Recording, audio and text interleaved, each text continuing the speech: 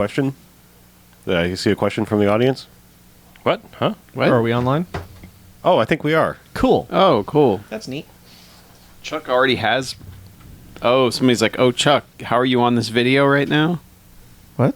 What? I don't know. People You said already somebody had here? a question.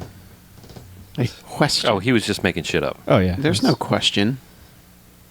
You lied to us. I wish you weren't a liar. How did you lie to us this time, Chuck? I don't know. There's so many ways. You did. Okay, this is weird because now every week it generates a new... A new Earl? a new Earl. My name is Earl. So, That could be a YouTube change as well. also, yeah. But that would help with Facebook, right? Wasn't there a problem with Facebook? Just remembering the same URL and not... Oh, no, it was this computer. Oh, okay. It won't auto-populate the preview thing when, Yeah, when you put a link in. Okay. The Jabber don't work, Yeah. or whatever that is. Oh, the Jabber. Don't like... You ain't got no grabber. Yes. Tweeted. I ain't been liking them Jabbers. So, put that there, image. Put them Jabbers in their places. DLL. So Scott got screwed. Well, actually, no, he didn't get screwed. He gets to watch us, even though wrestling is happening. Uh-huh. But because Whoop. he's on the West Coast... Oh, good lord, it's huge. It was a giant poster. Get that much smaller. So we're glad you're here, Scott. Yeah, we're up against a lot of stuff today. Yeah, Aren't we always? we had to... Yeah, I know. We had It's to it's cast always today, something. man. It really is. Wait, what else are we up against, aside from... Monday Night Football. Oh. Double header. Oh. Are you ready for some BMFcast? I've already defeated my Final Fantasy opponent. My Final Football Fantasy opponent. Yeah. So I don't care Soundly about football thrashed him anymore. before both games tonight. Yep. Nice. We have a you pick 'em thing going on, a pick 'em football thing in the office. We can win like days off or whatever. But I heard- What? Ooh. Yeah, so that means Is there an entry fee? No. Man. No, it means it's at the office. Man. Like it's our company has partnered with a company that does the weekly pick'em things. Mm-hmm. So Pick 'em. we have an internal one. Is that like... Because we can't win anything through the regular one. Yeah. Like we can't win any of the local or national prizes. So So what's a weekly pick'em, like FanDuel and DraftKings and all that? no, you just pick the winners. Like Is that Yeah. shit still legal? Did they make that illegal yet? I haven't seen them advertised in a long time. I imagine they're dead. I at think least they're. dead to I me. think they're still around, but like the payouts are nothing now because Or they don't have payouts. You get paid out in like coins. yeah. Dunkin' Donuts coupons. Mm-hmm. That's not bad. All right, gotta post this on the Facebook. Thanks. Facebook. Yeah, you're welcome. Well, when you put it that way, Thanks. Yeah, you're welcome. Is this the live stream link? Yeah, 2 minutes. Yep. You're welcome. Yeah, it's the one where I shout live stream. Oh. How silly of me. He's all of you, bitch. yeah, Cal, the one that actually shows up on screen in the middle of the in the actual title card is a little better because it's got a dragon that comes out and chomps it. Mm-hmm. But Ride the dragon. yeah, it's not great. Chase the snake. And they also picked a weird Arquette photo of her. Her like head's all like cocked. What? Whoa! It's fakak. It's all cocked weird and fucked up. It's Fakak. cocked. Fakakt. Yeah. All right. Look at that neck. Fucking nickel neck. That old nickel neck. Old nickel neck Arquette. That was last week's movie. Yeah. Baker, I mean, Baker do we even- looks like somebody else. Did we even mention that when we actually did the podcast? Or I don't think we did. I don't think we did. There's always 2 or 3 things when I'm driving home. I'm like, oh, what about this? Yeah. She looks like another actress, and I can't place the name on that poster. I don't know. Lori Petty. She does look rather pettish. Rosanna Arquette. Yes, that's the one I was thinking of. Thank you.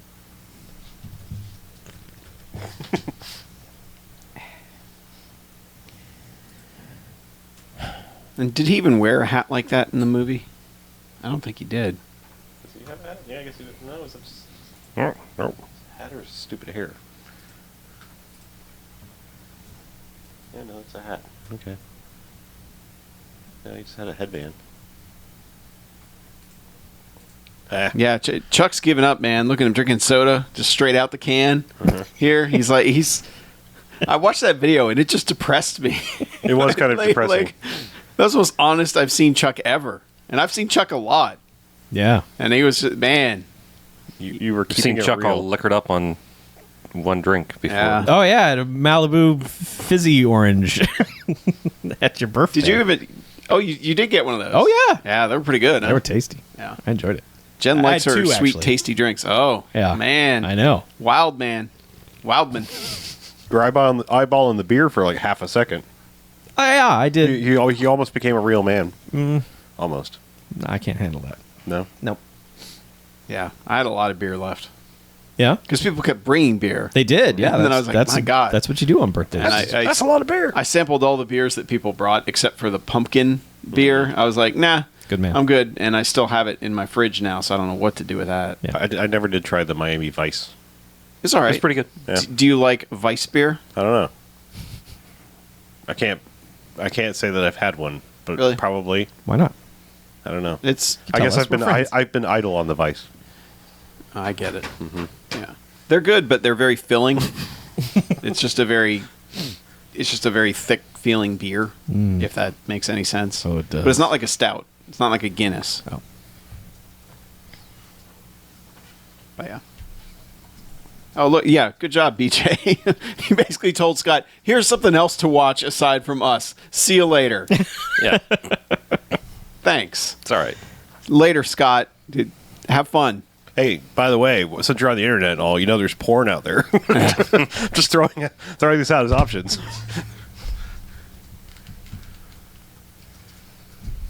Yeah, I'm gonna let you in on a little secret. What? Everyone knows how wrestling's gonna end. Nobody knows how this episode's gonna end. That's true. Ha! Think about that. One of us might not make it. I mean, I'm just saying that's a possibility. Yeah, Money in the Bank I mean, Chuck's a large basketball pizza flavored ladder heart. match. Heart's fine. and Well, it might Except not be it's fine sad. after today. Yeah.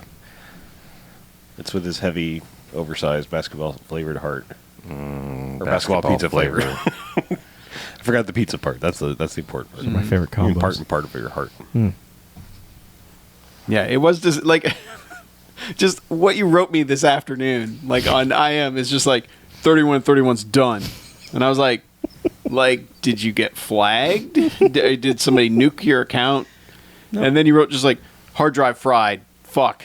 And then you left. Yep. Then I left. And then you went offline and you never came back on. Nope. And I was like, did Yeah. Chuck do something I'm rash? hanging from the ceiling. Yeah. No, I had to find a computer that would work. So I left my office. So did it fry your computer as well, or just No, computer's just that fine. hard drive? Computer's fine. Of course it is. We're gonna make this right, Chuck. We're gonna make you whole. We have the technology. Please don't make me whole. We're gonna We make have you the whole. resources. We're gonna make this right. I don't want a hole. We can rebuild this, Chuck. Better, faster, stronger. Yeah.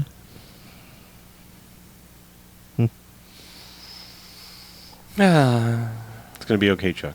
Well, Buck up a little. You're gonna be bit. fine. I'm totally fine. We'll get through this. I'm together. fine with this. I'm surprisingly chill about this. Okay. It's freeing. I think you were looking forward to it getting nuked. Chuck's I think heart, part of you was like, Yeah. fuck this thing. I hope Chuck's it all heart dies. shrank 3 sizes this day. Yeah, it's back to normal size now. You had grinched up for there for a while. Yeah. No, I know how to fix this, Chuck. Do you? Flip books. I'm gonna animate Bitches. all of the scenes, hand drawn. I've got Flip one. books and bitches. I've got one word to say to you, Chuck. Flitches. One word. Flip books. Plastic. plastics. Could do some plastics. Man. All right.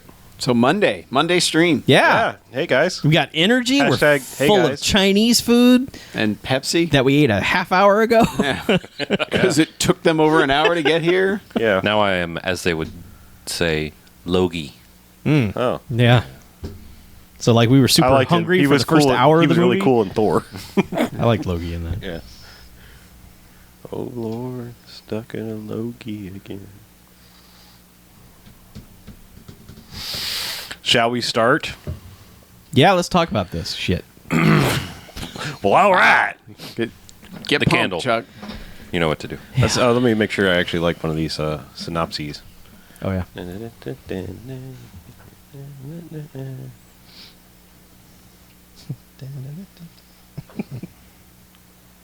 Uh-huh.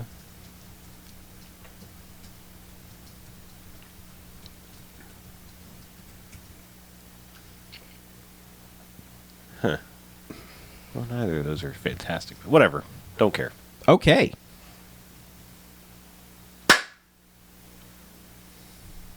All right, well, fuck. Monday. Yep.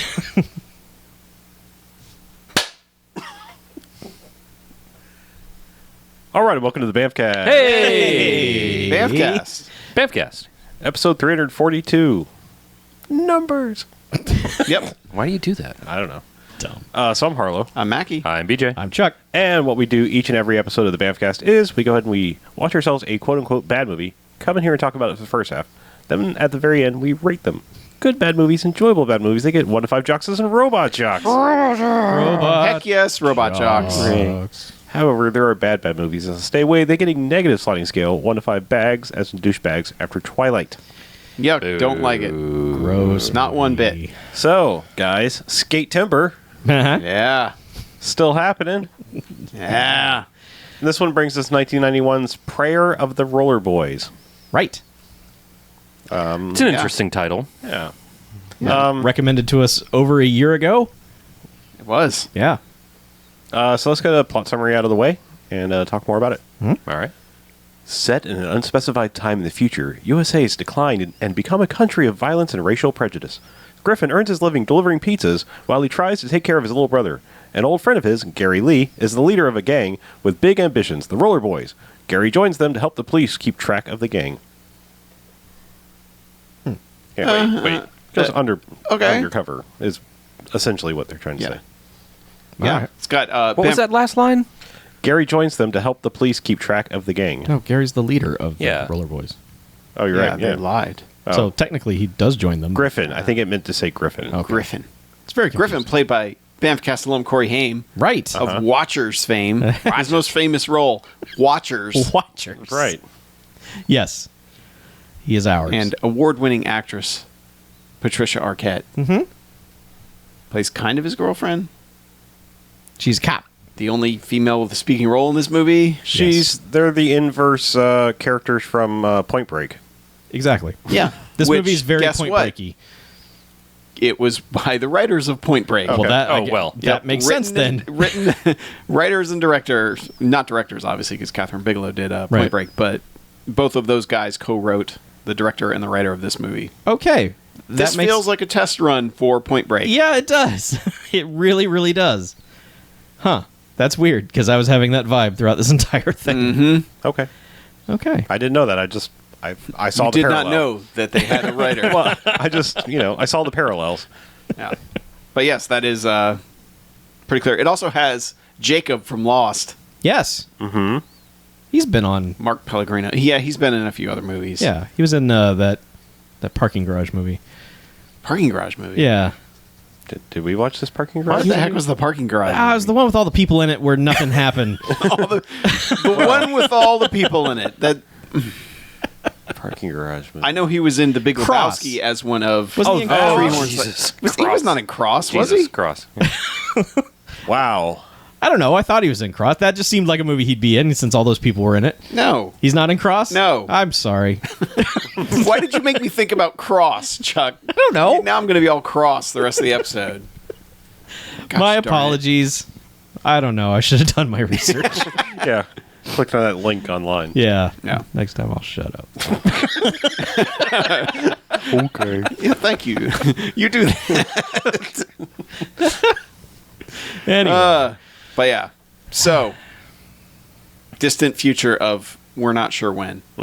It's after something. has happened. An apocalypse of some sort where they killed all the parents. Yeah, all the kids rose up and murdered parents. It came out in 91. Mhm.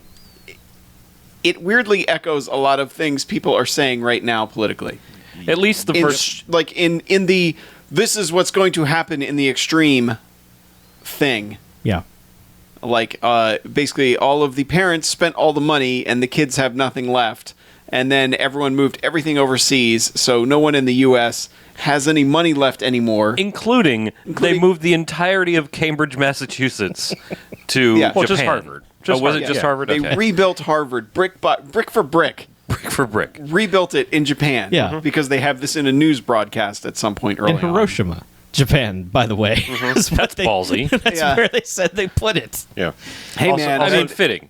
Listen, It's fine. living well is the best revenge. Yeah. So they Living got at all is Harvard the best from us revenge. Yeah. in this world. Also, Germany bought Poland. Yes. Yes, there is a point where Germany buys Poland. Yeah. Yep. Just outright, like cash or I don't know. Yeah.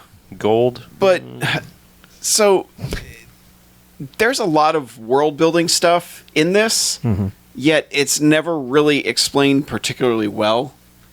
But it is like we are introduced fairly early on to the leader of the Rollerboys. Yes. God, now was his name Gary Lee. They always call him by his two names, Gary Lee, Gary Lee. who's on a news broadcast in front of an American flag, basically saying how there's only one way to make America a better place, or you might say to make it great again. And that is for all of the white people to be awesome and do well. To be fair, the speech started off, and I thought the Rollerboys were going to be like this cool ass gang that he was going to join. Yeah. It was only like a minute or two in when it was like, so the White Army, and I'm like, hey, hold on, did he? I'm like, it was just like, it was so in passing, and I was like, Yeah. I don't know if it was specifically like supposed to be racist though. Oh, yeah. yes. Oh, Was yeah. it? Okay. oh, absolutely. Yeah, I may he have missed basically some. blamed everyone else who was not a white American Yeah. for all of the problems, I'm and- right. including parents. Yes. Anyone that was not young and white was Okay, a piece I of must- I crap, must have- according to this guy. Yeah. Somehow missed that. Maybe I Yeah. just like I see somebody talking in front of a American flag vigorously, and I just tune out. Yeah.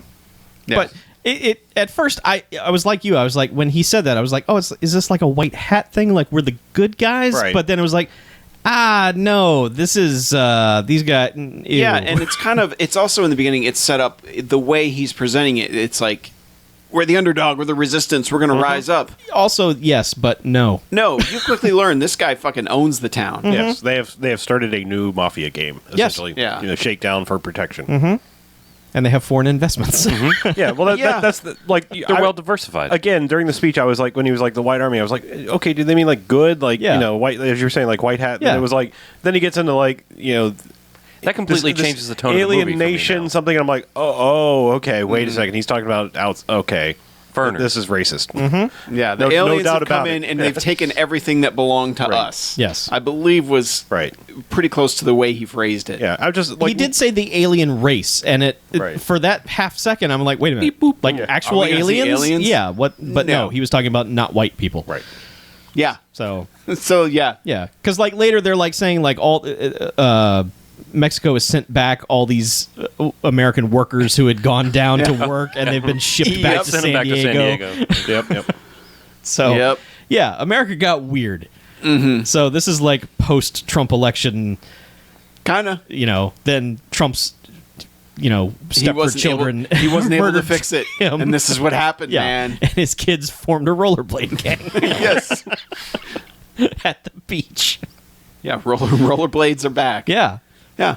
got to get around. Yeah, because we're introduced to Griffin. Just he's basically just rollerblading around an old skate park, Yeah, and he gets to work, and he has to work as a pizza delivery guy with his younger brother, who is a terrible child actor Milty, named Milty. Uncle Milty. Yeah, but this kid is like I'm pretty sure he was hired so it looked like Corey Haim was a good actor. It did Just help. like by comparison, It you helped know, a it's lot. like when you bring the ugly friend to the club with you, Yeah. and you're like, "Hey, I'm looking good, right?" Yeah. and Wait, yeah, is that why I get invited to clubs? No. No. No, I meant the other ugly friend. Oh, okay. Yeah. But no, but that's That makes me feel so that's why we bring Chuck, remember? Oh. Aw. He just doesn't get to go on the rides. Aw. I'm too short. Too short. No. Seatbelt latch. But no, this kid's terrible. Like right off the bat. Yeah. Terrible. Yeah, Yes. not good. Makes Corey Haim incredibly tolerable Yes. throughout the movie. And taller. Yeah. Yeah, that helps too.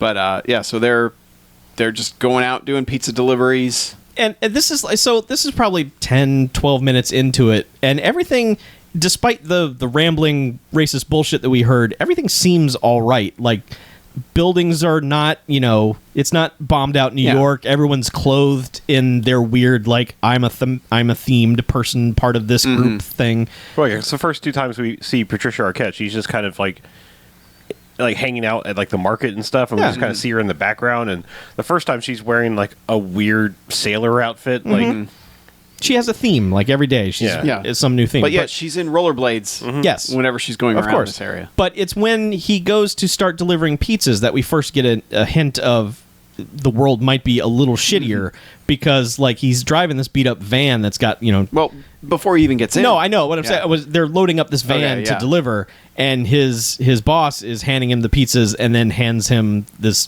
gun. Yeah, a big shotgun. Yeah, and he's just basically like, "Don't let anything happen to the van." If anybody attacks you, Yeah, you fucking kill him. right. Fuck him. And stay away from street poon. Yes. He was very specific about avoiding the street poon. Right. It's very important. But yeah, that's the first thing where it's just basically like, yeah, if anyone fucks with you, kill him.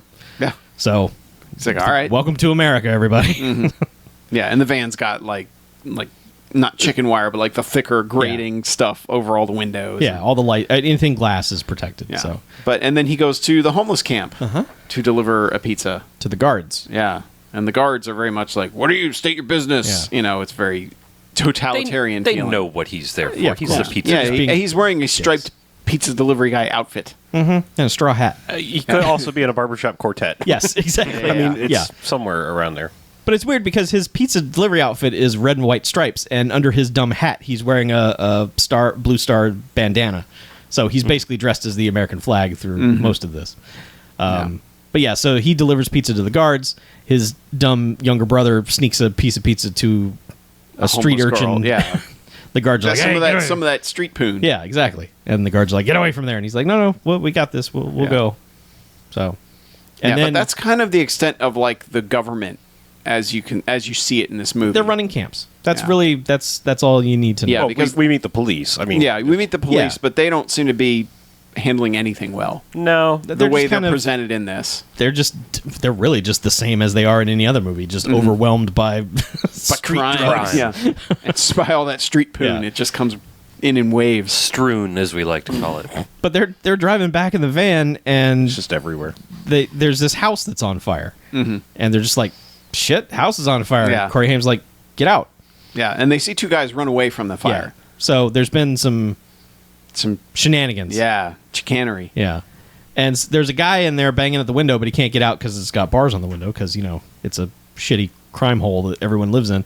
And so Corey Haim's like, "I got this," and tells the brother to get out, and then just backs the van up through the house to let the guy... Well, yeah, the guy's at the window going, "Hey, man." And then it looks like basically he runs this guy over through the side of the building. Yeah, it does look like that. But, he gets that, he throws him into the back of the van, and then they escape through the front. And that guy... Yeah, they don't bother like trying to drive the van out. They just kind of No, it's like the use it as a tunnel. van's fucked. Yeah, and the guy looks back at him kind of wide-eyed. Yeah. It's like, well... And Corey Haim kind of nods at him, and then the guy takes off. Yeah. And then the cops come and arrest Corey Haim. Right. You son of a this. bitch. You Yeah. missed dealer. Yeah. And also the guy who owns the pizza van Yes. shows up eventually while he's being questioned by the police and attacks him, screaming at him about ruining his fucking van. Well, the cop runs actual defense Yeah. between the two of them. Just like, no, you can't kill him. But yeah, so this is our introduction to the cops, who are just like, "You're in the vicinity of drugs. You're obviously a shitbird." Yeah, and they've shown, like, when they were driving by, the little brother, like, when they're driving through the slums, the little brother's like, "Man, is everybody on mist here?" Because they very lovingly show a shot of mist going into this guy's... It looks like something they wear, like, the oxygen mask. Yeah. And they feed something through the tube that looks like blue glowing liquid. It's just the liquid in a glow stick that they're pumping through some tube. It's not as cool as Nuke from RoboCop 2, no. but whatever. You got your future drug of choice, Mist, which is just inhaling this fucking toxic goo right into your face. Yeah. Yeah. So. But yeah, so everyone's on this drug, Yeah. so he gets arrested. Is basically out of jail immediately. Yeah, and he's rollerblading through a parking garage. Yeah. And that's when the Rollerboys synchronized appearance. They all single file out from around this corner, and then they fan out in formation. So good. And synchronize skate up to him, to where then the leader does a little spin stop. He's just like, so... What's up, Griffin? It's like it's amazing in that it's supposed to be like, oh shit, here they are, like, oh, it's on now, and it's more like he legit does the move that that Chris Tucker does in The Fifth Element when he walks up. He's just like, what was that? Yeah, I was bad. yeah. It's presented as like, oh, these guys are fucking business. Yeah, it's like the guys in Thrashing last week when they come up over the hill. You're like, oh shit, it's them. But you look at it now and go, it's so great. Yeah. But yeah, Gary Lee is just like, Griffin, hey, how's it going? Heard you were back. Remember when we were 8? Yeah. We lived next door to each other. I'm going to expositionize right now. Yeah. Here's all of our backstory. And Corey Haim's just like, yep. Yeah, your drunk father's gone. Uh-huh. My parents are gone. How are you going to help your little brother get by? Don't you want to be one of us? Yeah. Griffin's like, Griffin doesn't even answer him. He just turns around and rollers blades away. Yeah. Well, he makes the one guy come out. He makes Bullwinkle come out and thank him for saving him from the fire. Yeah. He does it like he's being forced to, which starts this weird trend of... Bullwinkle, don't you have something to say? Yes, exactly. Yes, thank you very much, Griffin. And it's this trend throughout the entire movie where Bullwinkle just fucking hates him. It's like, you're alive because of that guy. And he's just like, I'm going to fucking murder him next time I see him. I was like, why? He did not understand life debt. He thought he was in debt. Yes. And that he had to kill. It's the only way to get out of the life debt. Yeah. Well, and he's also crippling jealous that this guy just is, that Griffin's his favorite. That Gary Lee's just like, man, Griffin, you're the best. Yes, come on, join us, please. Professional jealousy. I'm begging you. Yeah. He's like, why did he get promoted, not me? Why did he get promoted? Yeah. So, That's not a very good Bullwinkle impression. Sorry. but immediately Gary Lee starts in on the younger brother, and he's like, yeah, being Rollerboys pretty awesome. Maybe when you grow up, you can join us. Help your brother out. Yeah, and the kid is just like, man, Rollerboys fucking rule. Yeah, this would be the greatest. Yeah. So, But of course, Corey Haim's like, we can't do it like that. You don't want to get involved in that. It's bad news. yeah. And he takes the chain that Gary Lee had given him and throws it on the ground. And he's like, just get rid of that. You don't want that. So immediately the kid picks it up. Yeah. It's like, yeah, I do. Yeah, I totally want this. Yeah. So next day at work, the boss gives Corey Haim like a stack of 20 pizzas, and he's like, yeah, only about 5,000 more of these to go, and you'll pay me off. Yeah, and he's strapping him to just the shittiest moped. Just like, good luck delivering these 80 pizzas. Yeah, you may as well rollerblade to deliver them. I own you for the next 15 years. Yeah. But yeah, then suddenly the brother and one of the Rollerboys roll up in a Pontiac Dustbuster van from the late 80s. Yep. And he's like, hey. It's so good. It's so bad. Oh, yeah, they're the best. But he's just like, hey, check this out. Look at this. This thing's got like 45 square feet of windshield. You like that? And the pizza guy's like, yeah. And Corey Haim's like, how'd you get this? Yeah. He's like, and when the roller boy rolls out, he's like, hey, man, glad we could help. Yeah. Anything for our friends. And yeah, Corey Haim's not pleased at all. No, he's basically just like, all right, you got your van, bye. Yeah. We're done here. Yeah. And quits. Bye. And then, well, like the little brother's basically like run off and join the gang. Pretty much. Because I think he goes looking for him, and is that what leads him to the merry-go-round fair party or whatever? Yeah. Party. Yeah, it's one of the is it Gary Lee's birthday? Because he's sitting in a throne the entire time. I think he's just the fucking man. Yeah, I think it's just another day of the week. Okay, yeah. They have, taken over this fair or whatever because they're having this party around this merry-go-round, which includes lots of topless women. There's some mud wrestling. Some mermaid ladies. Yeah. Yep. dope fucking cake.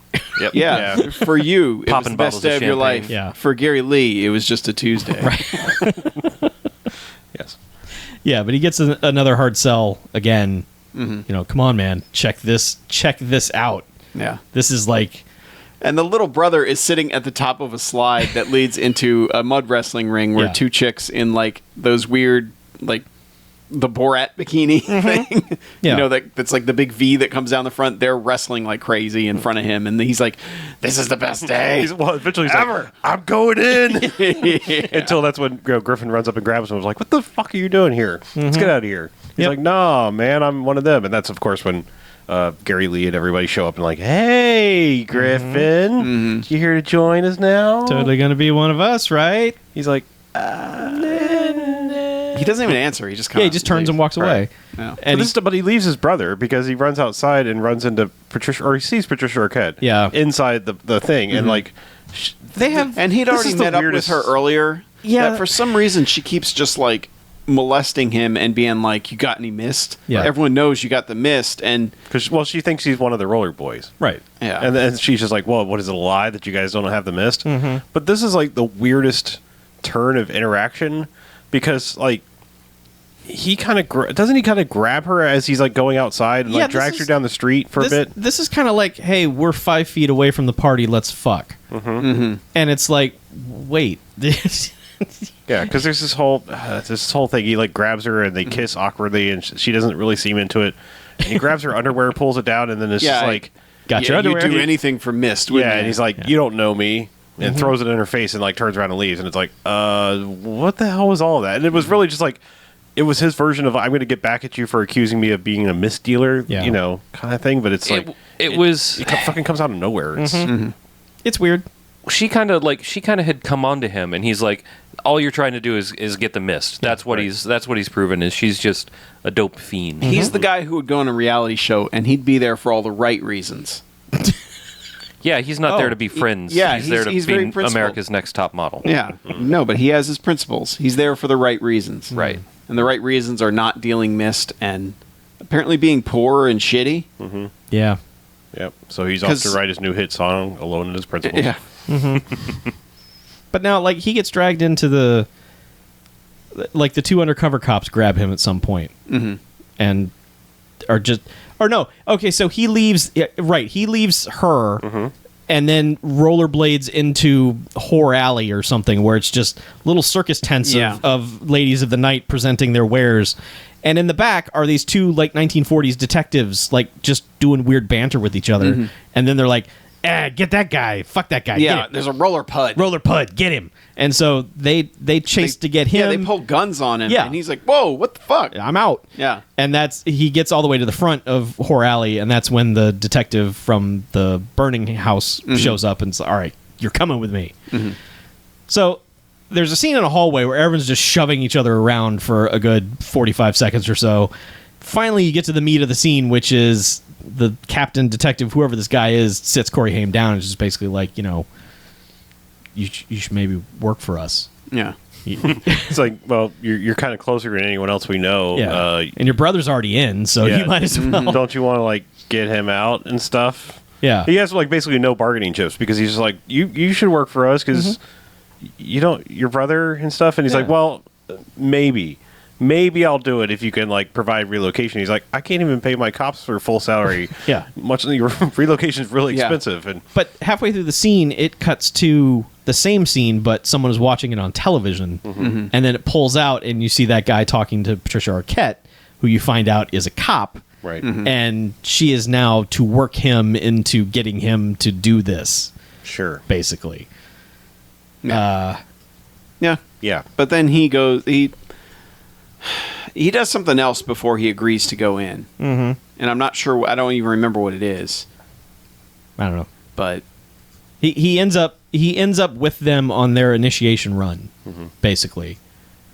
Where he whatever. no, actually, know what it is. He goes somewhere. He finds his brother dealing, basically, and is like, "What? Oh, that's what right. the shit are you doing?" He immediately is like, "Wait, that cop Yeah, said my brother's doing this. Let me go see." Yeah. And he's like, "Oh yeah, he yeah. totally So is." he finds his brother dealing, and as he's basically like yelling at his brother, and he's like, and the brother's like, but look, money, Right. lots of money. Yeah. We don't have any of this. Pizzas don't sell. Yeah, we live in a tent behind this other guy's house. 'Cause Yeah. we didn't even talk about him, but they live behind this guy named Speedbagger's Speedbagger. house. Because I Yeah. guess he's a former boxer. Also, BMFcast alum. Yes, yeah. What was his name? Julius Harris. Harris. Yeah. He was in Live and Let Die. Yep. Yeah. It's Teehee from Live and Right. Let Die. Yeah. Many blaxploitation movies. Yes. Yeah. But yeah, so yeah, the Bay City Rollers show up and start shotgunning everyone at this restaurant for whatever reason. Yeah. Basic. Well, apparently it's the B-13ers. Okay, whatever. Which I'm assuming it was their homeless camp. Tim That was not Root. white people. Arrested. Gotcha. Because it's like, I think there's like a Hispanic guy, there's a Asian guy, and then I believe there's a black guy there too. And it's like, well, we got them all covered now. Yes. So now they're trying to kill the white guys that are evil. Yeah, and they roll up in a sweet truck that's just spray Oh, painted. yeah. It's got jaws on the front of it, and it's just like, Yeah. cool. So But- they chase Corey Haim and his brother into an alley. Yeah, after blowing away 2 roller boys who were there. Yeah. Because you can always tell a roller boy, because we haven't even discussed their outfits. Oh, yeah. Where they're basically wearing Doc Brown's trench coat and like kind of like a white suit underneath with like a black t-shirt. I thought it was like a vest. Was it like a... no, Maybe. Yeah. Cummerbund, maybe? Yeah, because I think they had suspenders and Yeah, but they're on these rollerblades wearing basically like these giant white kind of trench coats, but kind of not. Mm-hmm. But yeah, but that's like their uniform. They always have it. And that's why it's weird that everyone keeps acting like Corey Haim is a roller boy, because he's never wearing it. because he's never wearing one. It's like they make it very clear, like, if you're in, you get the jacket. Yeah. And the sweet dragon crucifix thing. Yeah. Yeah. Oh yes, that's the way the movie starts. Is the cross shows up with the sweet dragon drawn around it, and that's their sweet ass logo. Yeah, but a couple of those guys get blasted by the gang in the truck. Yep. And then they chase Corey Haim and his brother down the street until they're backed up in an alley. They're gonna And- straight up murder Corey Haim. Yeah. They're just like, they got the drop on him. It's time to murder Corey Haim. Yep. And then that's when Bullwinkle shows up out of nowhere and Yeah, behind him and yes, shoots them both in the head. Uh-huh. And is like, man, check me out. I'm awesome. They Yeah. never even heard me. yeah.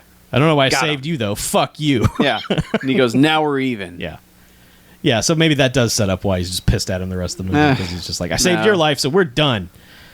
But yeah, now come with me. Yeah. Well, no, they leave, and that's when he goes back to the cops. Like, they take the brother with them. Oh, And that's Corey right. Haim Yeah, won't okay. go with them. Yeah, and he's But like, the little okay. brother's like, come on, man, come on. Yeah. He's like, I'm in. Yeah. I'll do it. And they're Yeah. like, find the kitchen. Yeah, they set him up for a whole bunch of, like, long-term shit. Yeah. Yeah, it's basically like, okay, that house that burned, that was where they were making the mist. Mm-hmm. Find the new place where they're making the mist. Yeah. And call us. So, Yeah, but everything they ask him to do, Corey Haim's immediately like, that'll take me months. yeah. And they're like, he just well, whatever. looks into every fucking Oh, thing. yeah, it because- takes him, like, 2 days. Yeah, because he goes back to Gary Lee, basically, and he's just like, yeah, I'm in. Let's do this. And he's like, okay, cool. We got this little initiation Finally. we need you to do. We're gonna drag you out to this secure location. Well, yeah, basically they're going to make him like roller skate, water ski behind this truck. Yeah, and then we're gonna launch you Yeah. into this facility. Launch 3 of you into this facility, avoid all the gunfire and all the security, grab as a badge, and whoever gets out first on the other side is the only one that gets a ride home. No one else is coming back. Yep. So And that basically happens. I mean, yeah, they get launched in there. One guy's immediately gunned down. right. Oh, yeah. And then they skate out of the range of the bullets, I guess, because Yes. they go just that little bit too far that bullets don't reach. The bullets just Yeah. they fall down. Yeah. Well, no, the guys shoot the ground near them. Oh, okay. Yeah. But this should be a giant stunt spectacular because these guards are on dirt bikes and four-wheelers and It should. and it's not. It's just one guy pops out of like a box on a dirt bike. He's like, I've been waiting for this, and starts chasing Yeah. Corey Haim, and he wipes out just taking a corner. Like there's no reason for it to happen. He's just like, oh shit, and wipes out. It feels like one of those scenes that like they storyboarded. I mean, this is low.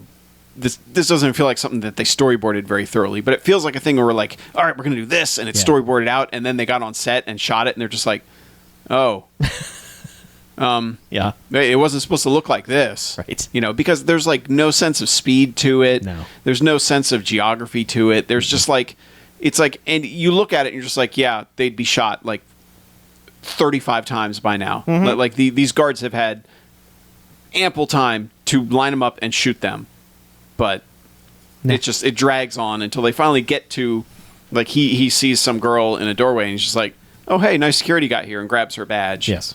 And Like- then Rollerblades are not fast in the open, Yeah. like in an open area. There's no way have to to be make downhill. them.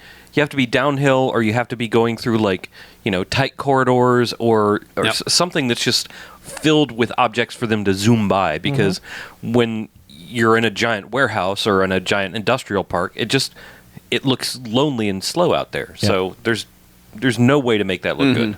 Yep. well, they learned that. Well, maybe with fire. Yeah. But yeah, eventually they get near the end, and the other guy's still there. He's like, "Hey, fucker!" And they're kind of like, not even like roller derby. Watching roller derby, you're going to see better like swinging and hitting each other. yeah, they're kind of bumping Just each watching other. any roller derby match Yeah. on Earth, and these guys are just like, Yeah. And the guy's swinging like 5 feet over Corey Haim's head because he's like 3'2". Yes. and that- on rollerblades. You'd think they'd take this a little more serious since they saw the one guy get gunned down, but they seem like they don't know they're playing for keeps. Yeah. Like, oh, I guess I'll just skate home if I don't get the ride. Yeah, But Yep. so they're racing towards the gate to get out, and the Rollerboys are standing there with a rocket launcher, and they blow up the gate. And Corey Haim makes it over the wreckage of the gate, and the other guy doesn't. yeah. And so Corey Haim gets in the van, He's like, and Gary Lee's like, "Yeah, you made it. I was hoping you would. This guy didn't." Blam. guns the guy down. Yeah. And Corey Haim realizes, oh, we were just a distraction because you got a You stole these guns. crate full of guns now. Yep. And he's like, here's your badge. He's like, "Oh, He's great." like, oh, cool, thanks. Throws it out the window. Yeah. And then this is basically when they have the induction ceremony. Because he's in. Oh, yeah. So Yeah, we in come front of out there. to this, like, I don't know what this area is. I don't know either. It's It's just this kind of it looks like the same place he was skating around at the beginning. It's just this sunken in. It looks at Concrete, everything. That place, yeah. It looks like another Venice Beach skating place. But just like a reservoir that no one uses or something like Yeah. that. It's there's graffiti all over everything, and everyone is lined up. yeah, but there's graffiti of him, Yeah. of Gary Lee on the wall behind it with a big thing that goes across. It says, "The future is ours." Which is what one of the things they're all chanting as Corey Haim's coming out. Yeah, To which there's a ceremony. yeah. And Gary Lee just gives a speech like, "Yeah, he's going to be a warrior for you. He's Yeah. going to take everything back." And He does. He throws out one like hooray for white people thing, and they cut to Corey Haim, who's just like, shit.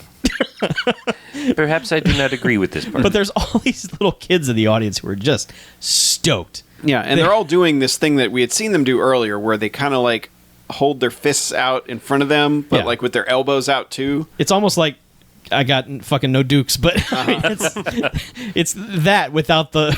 Well, it looks like what you do, like if you were going to give somebody the double bird, you'd probably be in that stance, Yes. but they're just kind of standing there with Yeah. their fists up. And that becomes their greeting throughout this Yeah. whole movie. Yeah. Which sometimes it's done casually and looks ridiculous. It's just Well, like, most of the time it's done with one gun cocked up, and then you have to add the other fist right. without Yeah, the gun. they're usually just standing there. It's Yep. just like, oh, you, hi, all right. But yeah, eventually they're all chanting, "Griffin, Griffin, Griffin." And he's like, "All right, Yeah, I guess I'm in. yeah, I guess this Yeah.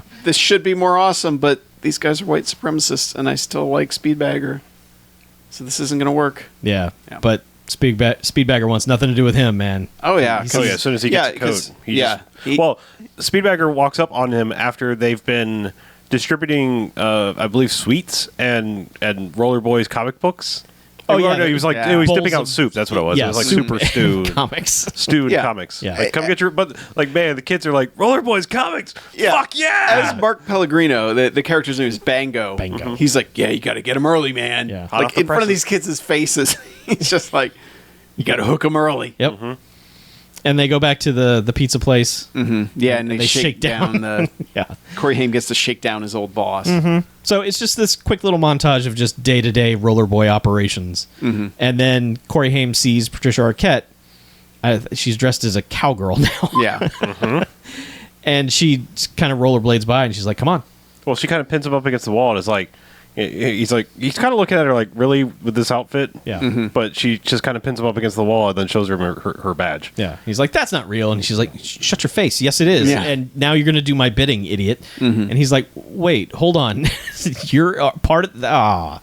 And then Gary Lee has rolled up and is watching them. So Corey Haim has to pretend like they're just... Rolled up in a car. Yes. You know? Yes. Yes. Well, just clarifying. And she's the one who's like, all right, we got to make this convincing. Right. You really need to find the kitchen.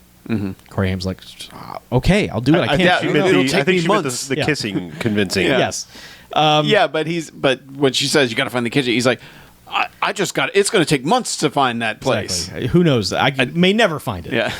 And so, Gary Lee calls him over and is just basically like, you tapped that yet? And he's like, nah. And he's like, okay, we need to make you some money. And then it's just like, And then he takes him to. He goes, well, "Where are we going?" He goes, "We're going to heaven." yeah. And he drives them to their big their operation on the docks, where he's like, he has freighters, Yes. like little freight. And he's like, "Yeah, soon we're gonna get those things working." He's like, and then we haven't learned how to drive them yet, but give us a few weeks. Yeah. We'll Yeah, start we bought the shipping things. shipyards. We just don't know how to drive. yeah, the because freighters we've yet. seen him like he made a deal with like a Japanese businessman earlier, and it's just like. He's this asshole dressed like this, Yep. and he's like 20 years old, yet he's making all these high, expensive deals with foreign powers. He also drives them by the power plant. It's like, yeah, we're going to get that up and working so we have reliable power. Yeah. It's like, what the fuck is happening here? Yeah, exactly. So, yeah, they take him into the compound, and then it's just like, okay, come with me. You're not going to believe this thing. And it's like, okay, here's our kitchen. Yeah. Which has to be opened with his handprint. Yes. With It's specifically Gary Lee's handprint. only his handprint. That never comes up in an interesting way. Nope. You figure, okay, someone's going to cut that dude's hand off to get in there. No, it never comes up. No, the cops end up at the end just like blowing the door open. Yeah. But so it's basically this RV with a whole bunch of cool tech in it, you know. And he's just like, okay, we're going to get you checked out and rated, you know, so you can cook.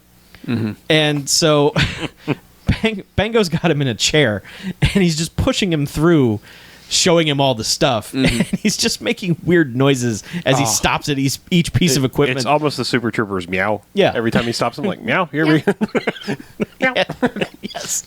So it's a pretty smart setup for whatever drug it is they're making. Yeah, you put a little this powder in, this powder in, this powder in, and it runs Machine through does the here. rest. Yeah. And Kill switch down there to release the acid. Yeah, acid will burn everything, all the evidence. Yeah, lawyers will take over after that. It's pretty sweet. Bada bing, bada boom. Here's a stack of cash. He's like, you're allowed to say thanks. Yeah, you in? Yeah. Easiest walkthrough of Myst ever. Yeah. He only had to pull like 5 levers.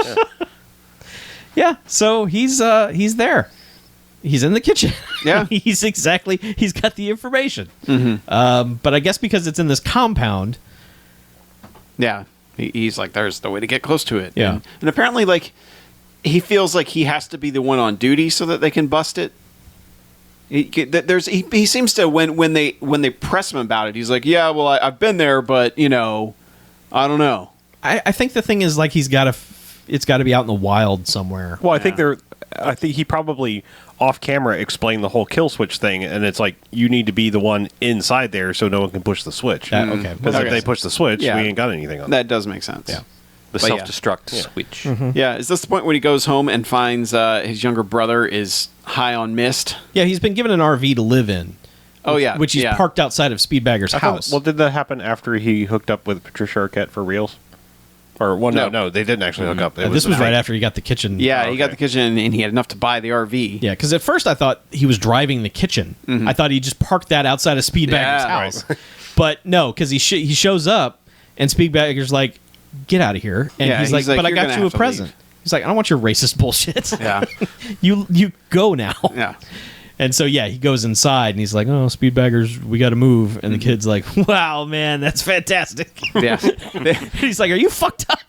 I love that the kid is just like they've done everything they can to make this kid look high as fuck. Yeah, he's pale as And shit. if anybody's gonna know what somebody looks like high as fuck, it's Corey Haim. That's exactly. true, yeah. But he's he's for just some like reason the last he's to like, know. is there something wrong with you, brother? Feeling all right? Yeah. Yeah. Stomach bug? Hey, kid, you a method actor? Yeah. Would you like to be a methadone actor? A methan actor. God. Yeah, so he's like, oh, shake the drugs out of you. Mm-hmm. But, Yeah, but he's not happy about this at all. no. He's like, you got to get off this shit. Yeah, if they find out, because it's against the rules, and they find out. Yeah, they find out basically immediately. Yeah, because Gary Lee slaps the shit out of this kid. He's just like, you broke the rules. Well, because like Corey Haim's like, yeah, he's getting high on his own supply. He's like, don't worry, I got this. Yeah. Takes him aside. Well, I could've it done isn't that. even that. Like, they bring one of the, I think it's Bullwinkle, Probably. brings the brother up and is like, yeah, see? Yeah. Kid failed his fucking drug test. Yeah. And So he's I'm like, sure he was right outside Yeah. peeking in the window. Yeah, and immediately Griffin is like, all right, I'll take care of it. And Gary Lee, like, walks up that second. He's like, nah, yeah, no, you're not taking care of shit. Mm-hmm. And God, yeah, I love how he smacks the shit out of that kid. I'm sorry. but Yeah. That kid needed it. But the best part is he smacks the shit out of him and then hugs him. He's like, yeah, just, you can't be doing this. Mm-hmm. You're never going to get in. Yep. Because you know the rules, man. Mm-hmm. And it's kind of like, and that's the point where you're just kind of like, you're a racist asshole, but you kind of get it. But then you're just like, nah, but you're still terrible. Yeah. But they give him, every once in a while, they give him just like that small, minuscule moment of being not a piece of shit. Mm-hmm. But he's still a piece of shit. Yes, Sadly. very much so. Yeah. Sadly, he reverts back to form very quickly. Mm-hmm. But then at some point, Corey Haim and Patricia Arquette hook up for realsies. Well, he goes to check Yeah. in, like he's complaining about the brother being, he's like, the brother's on drugs and our dad is gone. He's going to go down the same road our dad did, and I don't know what to do. And she's But like very sympathetic, and He yells it at the kid, too. He's like, you're just like Dad. And he's like, Dad was an alcoholic. yeah, I'm on drugs. That's I'm on totally mist. Well, different. so I'm thinking like I think the first time with Patricia Arquette did happen before this. Okay. Because he goes over there and basically she throws it back in his face the same thing he did to her outside the merry-go-round club. Oh, yeah, that's right. 'cause They almost have the the sex. cops are listening in and they're like betting on whether Yeah. he's going to bed her or not. Right. And she's like, "Here, take off your underpants," and then she throws him in the face. It's like, "You don't know me," Yeah. which I think should be a thing that everybody does to somebody at one point. Just take someone else's underpants off, throw them in their face, and say, "You don't know me." Yeah. That's not my purse. I don't know you. Right. But yeah, that's the end of that scene basically. But then he goes back there and they do. have Yeah, They both because take off over their time underpants. he checks back in, and he's also been trying to go back to Speedbagger and be like, "Listen, man, it's not what you think." Yeah. And at one point, like, Bullwinkle kind of sees them talking. He's like, the shit, man. Yeah, yeah, but I mean, yeah, he tries to talk, and Speedbagger's just like, I don't care, man. Like, I don't hate you. I don't hate anybody because it's not worth hating people. But you better look at your life. You better change your life, bro. Get with God, brah. Yeah. But the next morning after they hook up, there's a knock on the door. You can hear she's in the shower. Corey Haim can hear she's in the shower. Yep. But he's like, Maybe he's No, never taken a shower This is not before. it. no? This is after that. Right after he sees them with Speedbagger, that's when they go and they're like, "All right, we don't think you're in on this, Corey Haim. Oh, okay. All right, we don't think you're committed. Yeah, to this. you're not. All right, yeah, really, you're you right. don't seem committed Yeah. enough. So hey, we're gonna beat up a dude. Yeah, Come beat up The- a dude with us. yeah. It's it's a really weird heart to heart he has with Gary Lee, who just shows up and he's like, "Man, like everyone's kind of questioning, like, you're in now, like you're in forever. You're not." And he's like, "Yeah, Yeah. yeah, I'm good." Yeah. And it's like a 30-second scene yet, but then it leads to them all skating around this dude with a bag over his head and just beating the shit out of him. Right. And Corey Haim joining in. And then, of course, they pull the bag off and, oh no, it's Speedbagger, because of course it was Speedbagger. Right. And Corey Haim's like, this is wrong. Yeah. Well, Bullwinkle's holding his head. Yeah. And uses some choice words about Speedbagger, and Corey Haim's like, "No, you don't touch him or I'll kill you." Well, also the little brother was watching, and it's Yes. just like, Yeah. what did you do? No. Yeah. Yeah. And But- Gary but Lee's he- basically like, hey, you respect your friends. I could dig that. Yeah. Yeah, but they leave him, and I thought, No, but he goes, "You just can't have those friends." Yeah.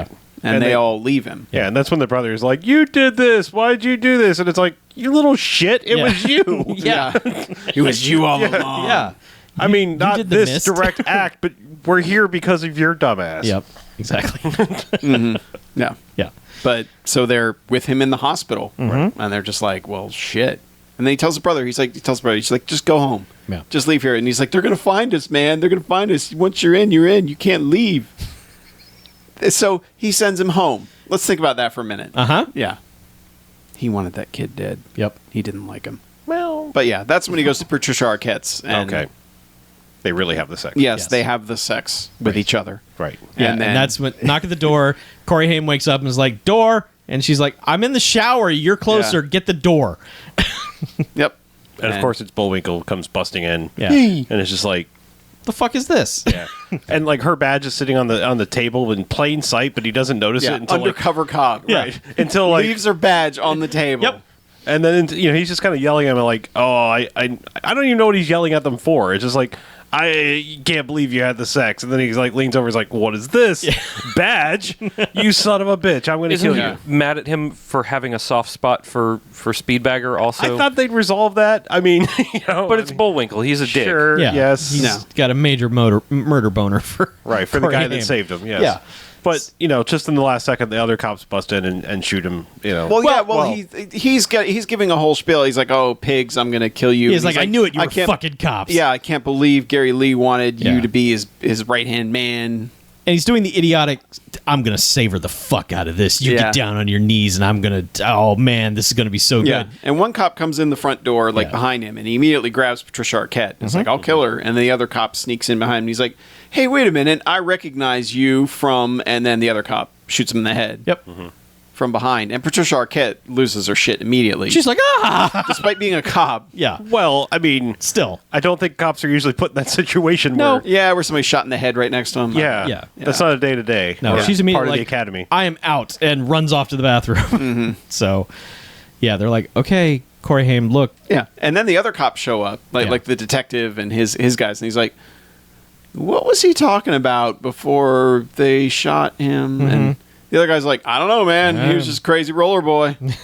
And then, You know how they are. and I love that the detective's just like, fuck. Well, just dump him somewhere. Dump him by B13. They'll blame them. Yeah. And that's when Gary Lee shows up again to confront Corey Haim in his RV. He's just basically like, "So, you seen Bullwinkle?" And Corey Haim's like, "No, not really." Yeah. He's like, "That's weird because he's dead. Yeah. You don't know anything about that dude." And he's like, He's like, he was never really that bright, was "Yeah, he? no, he's kind of an idiot." And he's like, do you know why he'd go by B13 by himself? It's like, boy, that's seems like a dumb move to do that, doesn't it? pretty stupid. No. Yeah. Well, we're going to but need you then- to take his shift. Yeah. at the- After basically kicking him out of the group, they're like, Yeah. well, yeah, I guess we need you back. Yeah. Why don't you cook for us? You're on the clock. Yeah. Here, our most important thing that we do. Let's just bring you back to do that. Yes. But we're going to pair you up with Jacob from Lost. Uh huh. Yeah. Bango? you and Bango. Bango. Perhaps they had a plan for Bango to beat the tar out of him later. That's what I first thought. Yeah, except for it As it becomes plays party out. time inside the fucking Dude. party bus there. I swear. Bango was trying to get him high so he could get him to. Maybe. Oh. But this is the best scene in the movie. The Bango, easily. Bango bus. This is- well, Bango did, oh Jesus Christ. Yeah, but they bring Corey Haim to the Why to we'll the never get advertised. yeah. They bring get Corey the Haim to the Bango bus might lab. advertise. They bring Corey Haim to the lab, and he's like, I can do it in the myself. pad. And Yeah. Bango's like, nah, you need help. Yeah. So- I'm here. Yeah. We ain't got nothing to here. do for 8 hours. Yep. And so it's just this montage of like cooking the drugs and them chatting. Yeah, but and Bango, Mark Pellegrino like- being weird. Oh, like he just struts into this movie and fucking takes over. Yep. Like he gets 150% out of every second he's on screen during this scene. Because Yeah. he gets in and he just starts dancing. He's like, yeah, we're ready. And Corey Haim's like, I gotta be locked in here with you, man. Yeah. And he's like, whoo, let's do this. Pulls out a beer, starts drinking it, and he's like, it's a breakfast of champions. Yeah. This is great stuff. He just disposes throws of the can it into the acid. into the acid.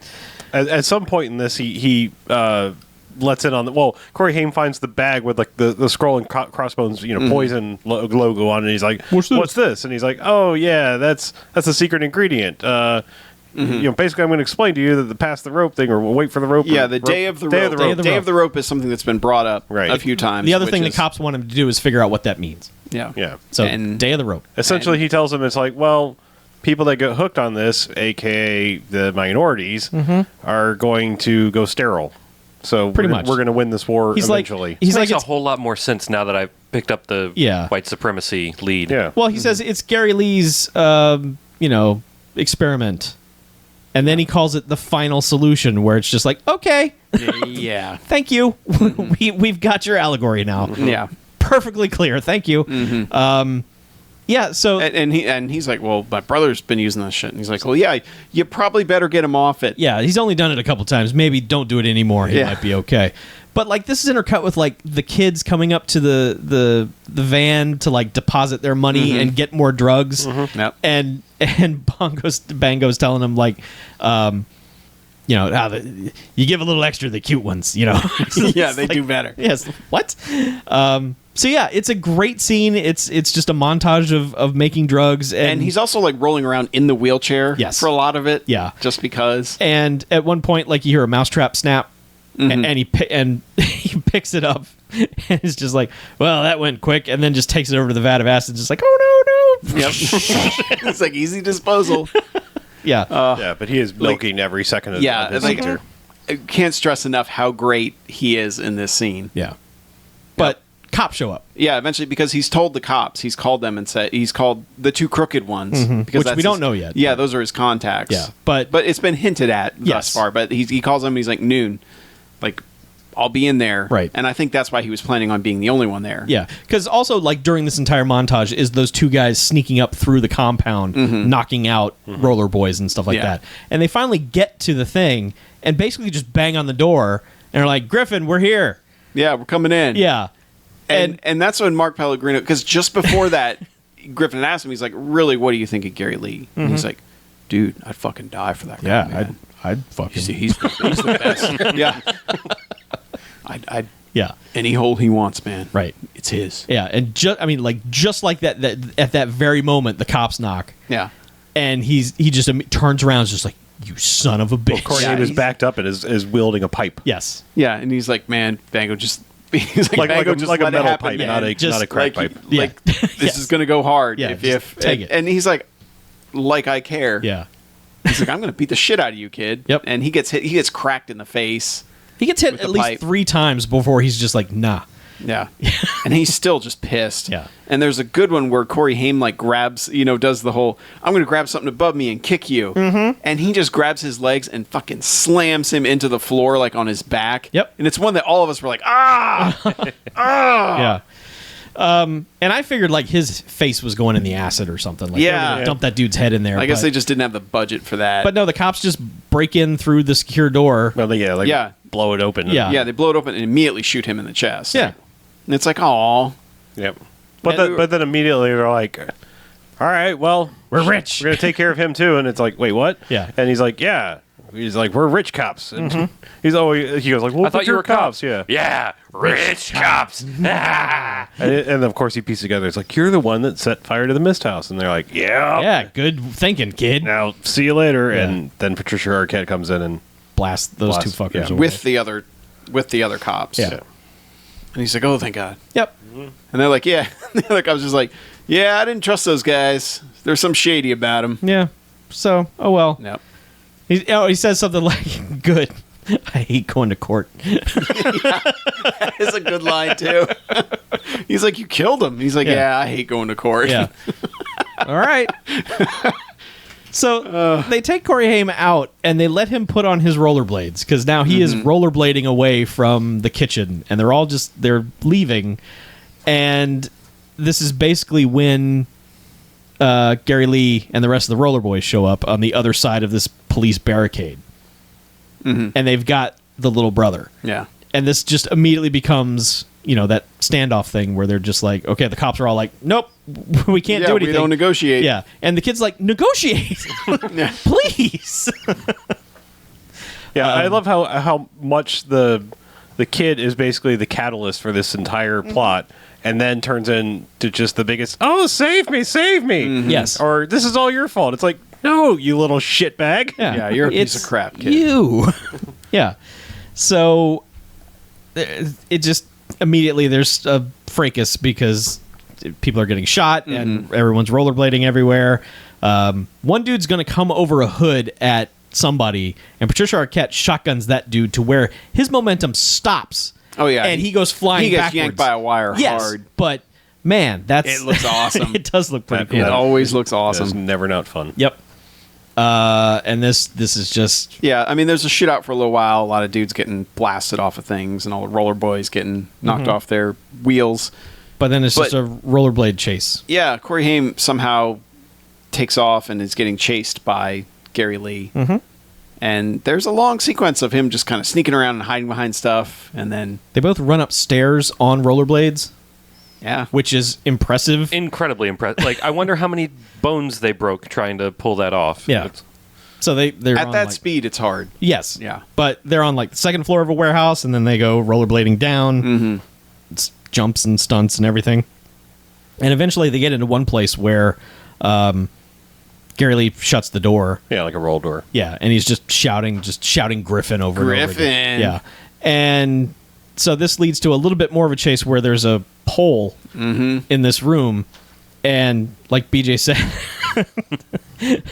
Griffin, being chased, grabs this pole and fucking 619s Gary Lee just He wrecked that spins dude. around and drop kicks him in the face with his rollerblades. And then that's the end of it, basically. The 619 is a finishing move for Rey Mysterio. Right. So, Well, no, he kicks him and then just takes off again and keeps getting shot at. no, I thought that was pretty much the end of it. That was like the finishing move of this, because that's when he drops the gun. Okay. And he picks up the gun and, is Well- holding it on him. Yeah, that's right, because the brother skates up with the Yeah, gun. because it was That's a long chase. There was lots of bullets That's being right, fired and that's everything. right. But yeah, the brother brings a gun and is like, yeah, blow his head off. yeah, do it. Murder him. And because it's that movie, Yeah. Corey Haim's like, it's not worth it. But Yeah, and we've seen earlier Gary Lee when they took out a camp Yes. at some point in Yes. the middle of the movie, and there's one dude, like he straight up stabbed this guy in the nuts. Yes. Like just yanks this knife out and stabs this dude in the dick. Right in the roller balls. Yeah. Yes. It's it's the worst. Yeah. But so we see him start going for that knife again, and he's standing in the exact same position. yeah. And Griffin's just like, not going to do it. Yeah. But I'm not stupid either. Yeah, he goes, I'm not you, Yeah. but I'm not stupid either. And knocks Cracks out. him, pistol whips him. Yeah. And Which then never knocks the dude out. No. It just makes the dude go, ah, my face! I am defeated. Yeah. And then cut to the police have handcuffed him and are just pushing him, Yep. They're just wheeling him on out. him along. wheeling him to the police car. While handcuffed. Yeah. To which, And he's just gritted like an asshole. yeah, the whole he's time, just too. like, you should have killed me, man, because now I'm going to exact my revenge on you. You wait and see. I'm super rich. Yeah. Remember? It's gonna Nobody be has money awesome. but me. Yeah. No. And Griffin's just like, whatever. And he piles into the RV with Patricia Arquette, and They decide to go to Seattle. Speedbagger, and they're like, let's get out of here. Let's go to Oregon or Yeah, whatever. and the kids complain it's going to be too cold, Yeah. and It's like, you got her to hang on to. It's like, shut up. You're the reason for all of this. Yeah. Cut back to Gary Lee in the prison. Who is putting the finishing touches on his spray paint decorations. Yep. His But mural. also saying, all right, buy all the stock in Oregon. Mm-hmm. And he's like, Oregon? Are you sure about that? And he's to like, his business manager, who is sitting at a desk in his jail cell. yep. Yeah. And he's just like, I have a feeling that's where they're going. So buy all the business interests in Oregon. Yep.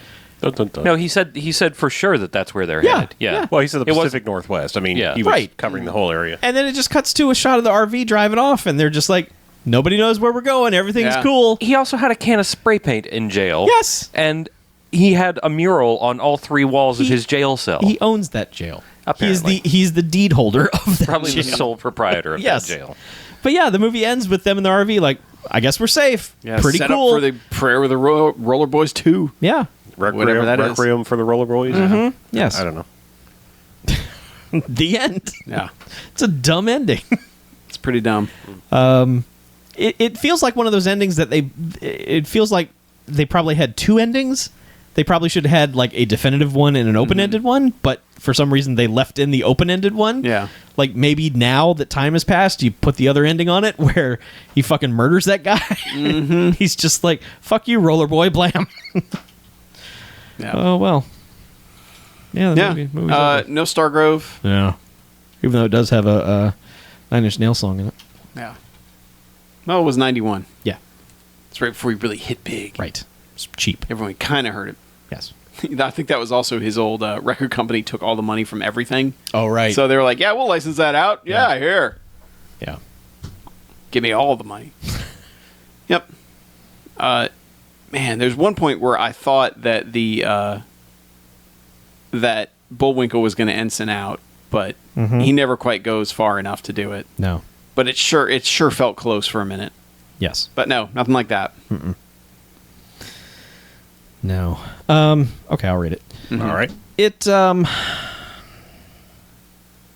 It's a good rating. It's Chuck Fine is not an official BMFcast rating. this movie fine. It's fine. It's one of those movies that, as it goes along, you realize that it's just competent enough to not be fun in a bad way because it has just enough of a clue. I think people lump this into being a bad movie because it's kind of low budget and it's kind of ridiculous. The premise is never sufficiently explained, but I don't know. The if you just breeze by the premise as the movie does and just go with it, it's not bad. I give it credit for Mark Pellegrino and that entire scene Yes. being just the best thing in this movie, and also just the ridiculous formations and shit, all the organization that this Rollerboys nonsense does is kind of visually interesting in a really stupid way. So I'm going to give it 2 jocks. I think it's not really one of those that you're going to watch and show other people and stuff like that, but I think it's good for a viewing. Yeah. It's one of those things where you can look at and go, well, that's not like pretty much anything else except Point Break. Yeah. Like we were saying, it's the genesis of Point Break, basically. So Genesis. yes. Yeah. So. Well, I mean, Point Break has obviously, it's got the real actors, but it has the bonus of being kind of like, is Keanu Reeves just going to flip entirely? Whereas this, there's no doubt, like he's never going to flip. No, yeah. Corey Haim There's is never going to the no dark tension side. in it whatsoever, which is why it doesn't quite work. And why Point Break works better, because they understood that by the time they wrote that in. They were like, well, yeah, gee, I guess you can't make them white supremacist assholes. And, Yeah. yeah. Have them have a cause, maybe, kinda. Like, yeah, and that's obviously how you fix it, Yes. is you make them better people that aren't just utter pieces of shit. You make them flawed pieces of shit. But this movie doesn't quite get that part. Right. But yeah, it was, I hate to say, it was sitting in bags territory for a long time for me. But then that scene in the cook lab came up and I was like, all right, yeah, you got me back on board. And then there's just a lot of dumb stuff. Like they handle the chase sequence a lot better at the end than they did early on, like when he had to grab the badge and get through that whole thing. Yeah. Like that stuff's handled a lot better. So I'm going to... I'm going... What? Well, before you give it Go away, ahead. that chase thing at the end did have one moment where Gary Lee is shooting at him and he hits a canister in this field of canisters, and they slow the film down and they dub in Corey Haim just going, holy shit, as he tumbles out of the way of this explosion. Yeah. I believe it was actually a goddamn. Okay. Yeah, but yeah. Yes. Still. Yep. It was like, whoa. Yeah. Yeah. But, yeah, I think I can only go 2 jocks. It redeems itself in the third act, but the first 2 are kind of like, I can kind of see where everything's going here, and that's never really that much fun. But I appreciate that there's nobody who's acting in this that's like, nah, fuck this thing. Yeah. Like, everyone's on board. Even Speedbagger has, like, his Oscar speech at one point when he's telling him not to, to be true to himself and all that. But, Yeah. But, there's nobody who's just like, nah, fuck this. I know this is terrible. Yeah. Everyone is on board with their parts. But it's only like 2 jocks. And like you said, I think it only gets 1 watch. Like, I couldn't see rewatching this one and enjoying it as much in any way. Yeah. I'd watch GIFs of that formation of them skating around. Yes. That needs somehow you need to make a looping GIF of So it's constantly the so it's just the sway of the guys back and forth. Yeah. This one suffers from what it seems like a lot of these of this era suffer from, which is like they kind of muddy up the second half with boring garbage. They build a world really quick and get us into what's going on. We have to spend 40 minutes slogging through either procedural or boring life things with our cast, and then there's something cool to end it. Unfortunately, like that slog in the middle really kills the momentum of a lot of these movies, and you just can't quite pick it up at the end, unless you have like 1,000 explosions, and this one only had like 2. So I think this one only gets a single jocks from me. I don't know that I would watch it again, but I would definitely want to watch some scenes from it again. Anything involving the Rollerboys in formation. Yeah. Some of the skating stuff, some of the like the chase from the end, I really liked how that was. What? Nothing. Oh, I thought you were looking at maybe the return of. Another My giant roach. I was stretching my back. Maybe the chase from the end. I kind of like the way that the start and stop of that chase, and then the 619 to kind of finish it off. So there are good points. I would watch, like I said, I would watch some things about this movie again, but it just gets 1 jocks from me. Okay. Yeah. Yeah, pretty much all of that. It's like this movie gets by in the beginning by the ridiculousness of the premise and trying to kind of figure out what's going on in the world. Yeah. And then it settles in and kind of like this world never seems fucked up enough to be as fucked up as they keep saying it is. So they're just kind of going around doing standard street gang stuff that could be from any time point. Like they never really play into this whole, I wouldn't say post-apocalyptic, but this post-crisis whatever thing, America's now a third world country bullshit thing. Right. So like they just never really like play into that other than, the white supremacy skater dudes.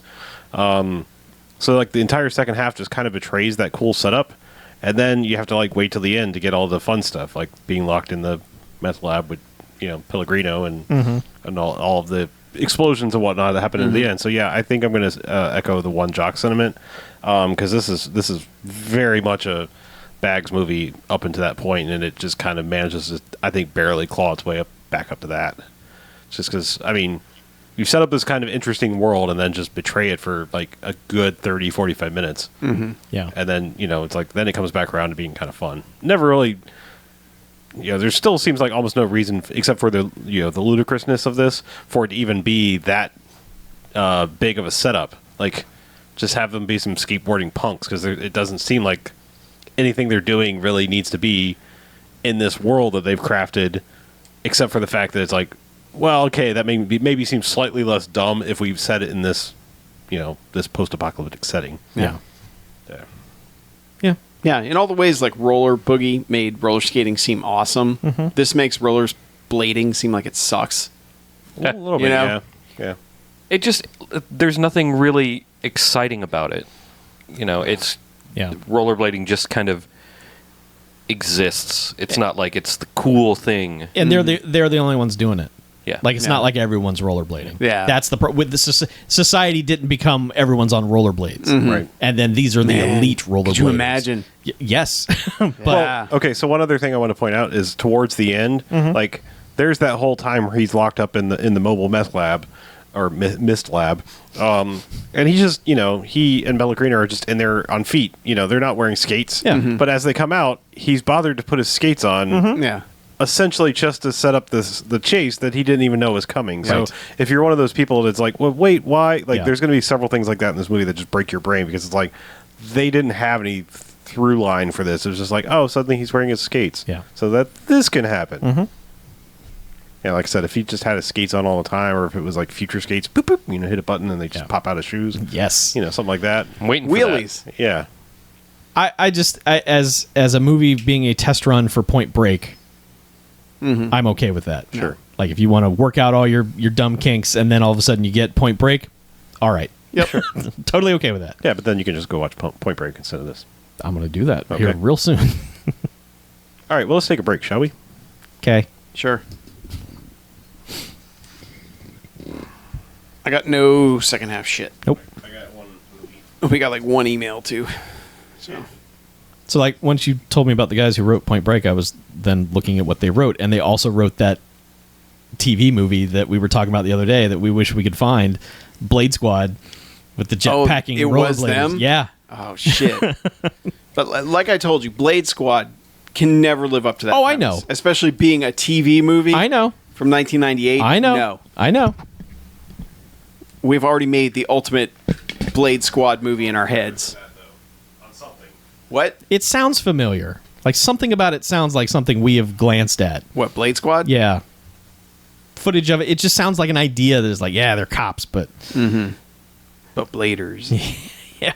Rollerblade cop. Maybe someone recommended it to us.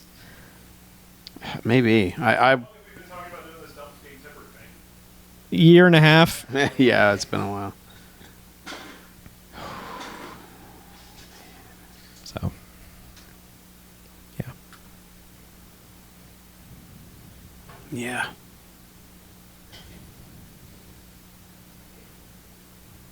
Chuck, if people are going to send you food, what should they send you? Why are people sending me food? They want you to feel better. I'm fine. They I want really to am. help your heart. But my heart's fine. Oh. Everything about it is fine. I'm free. I'm finally free. Yeah. You are. You really are, but I told you the plan you should go with. Stick All figures. right. Well, yeah. Flip book. I will draw you a flip book that you can use for your intros. Okay. If you want to do it, I'll use it. And I'll Some just, sweet title I'll cards. just hum the music.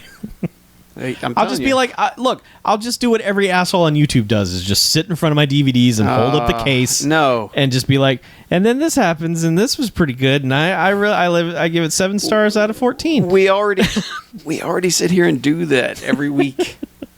We just don't hold up the DVD case, I know. and make wacky faces and voices. The biggest kick in the nuts about the whole thing, like, I don't care about the intro, I don't care about stuff like that. It's the components of the reviews that I've already put together. Having to try and go back and retime that and repiece it together is just, Nightmare. it's like when we don't record the first half So of you the basically show. lost your template. Yeah. What's with all the X-Men comics? No, it's not an X-Men. It's just one X-Men comic. Oh, The rest are random ones. I don't Are they know Rollerboys comics? I don't know whose these were. that looks like an early '90s X-Men, like Jim Lee. Oh wait, no, that's weird. That's like a foreign thing. That's not. Brought to you by Pizza Hut. Oh, brought to me by Pizza Hut. Oh, hand it over. Free with a Pizzone. It's a Well, new... it's weird because like whoever bought these bought them from a comic book shop because they don't have barcodes on them or had a subscription. I know that much about comics. Well, where Who did has you get drawn? them? I don't. My parents were moving shit out, and they were like, "Are these yours?" And I'm like, "No." But I brought all these really just to get to these two right here. Oh, Chuck Norris. Whoa. Norris Karate Commandos. Jesus. Nice. Issues 2 and 3. Oh, well, we're going to be lost. Look at him Which, fighting that guy with a stick. Which G.I. Joe issue was that? It wasn't the Silent Snake Eyes one, was it? 51. Still one of the best comics ever. I don't think so. I think this one's about Dread Dogs. You said they didn't have any UPCs on them or anything? Well, no, they like when they're from comic book shops or subscriptions, they replace the UPC with like a symbol. Wait, So there's no. Yeah, that's, direct- that's where a UP. It's a direct. Yeah, direct market. Direct market. Oh, okay. They put- interesting. They don't put barcodes. It's weird. Like in the very late '70s, early '80s, So- they put a slash through it. So like when you look at old comics on eBay, it looks like someone's just like somebody drew a line through it, but it's actually printed on there. And then Huh. eventually they just started doing that because so it wouldn't look like, someone drew a line through a shitty barcode with a marker. So the ones with the barcodes, where do those go? Like grocery stores? Yeah, grocery or stores magazine and racks? stores. Yeah, like in 7-Elevens when I was Airports. little. Okay. Like newsstands and But cities now that have them. Now there is like that just doesn't happen anymore. Comics are direct market only, right? They still have comics at like Barnes and Noble and Yeah, stuff. I've seen them places. Yeah. They still have Barnes and Nobles. Yes, they Yeah, do. yeah. There's Really, I was not aware of that. one. Yeah. No, Borders All is the ones gone. I knew that were closed. Yeah. There's still a huge one at the town center. Oh, really? Yeah, it's like right front and center. Oh no, I never go through that way. Yeah, it's next Oh, to by P.F. Chang's. Cheesecake Yeah. Factory. And yeah, It's pronounced. and Cheesecake Factory where they have so wrong. It's the sound you make after. Here, I'm going to switch to the 4-way camera so I can show everyone the Chuck Norris Karate Commandos these out. cover straight from That Star comic.